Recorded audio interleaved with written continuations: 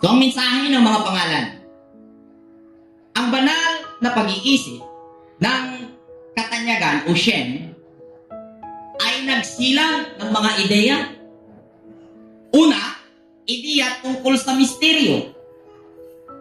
Ideya tungkol sa misteryo. Pagkaalam tungkol sa misteryo. Ilam. Pangalawa, ideya ng pagiging patas. Assure. Pangatlo, ideya ng ginhawa or comfort. At action. Pang-apat, ideya ng pagiging tao. Ang ideya mo, sa bakit ka, sa yung pagiging tao, inaalam mo, ano ba ang tao? Iluhin. Kaya ang address ni Messiah, makita ninyo ang anak sa tao. Sabi niya sa kanyang sarili.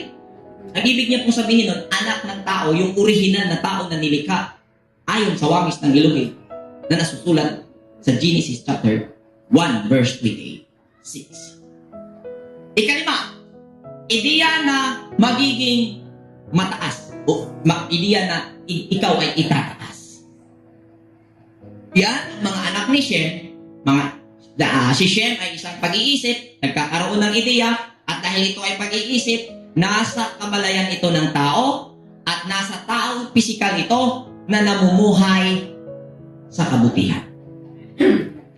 Pero ulitin ko, ang mga iyon ay mga anak ni Shem, na si Shem ay isang kaisipan na nasa taong pisikal na namumuhay ng kabutihan, at yun ang kanilang nagiging karakter o pagkakakilanlan bilang taong matuwid na namumuhay ayon sa kanilang pagiging tao na nilikha sa wangis ng Elohim. Klaro?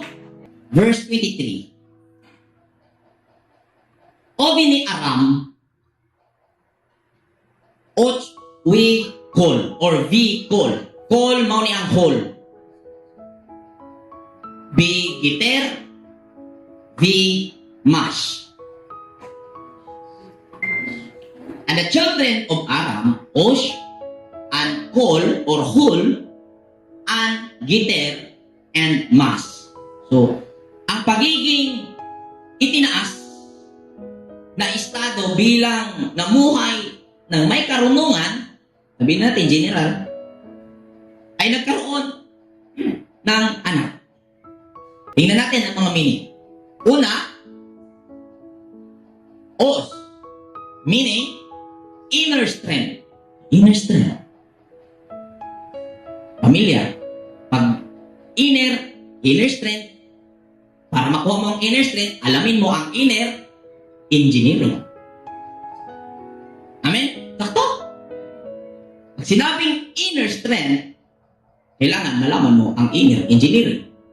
Sakto? Or to create inner strength by contemplation. Ano itong contemplation? Contemplation. Pamalandong.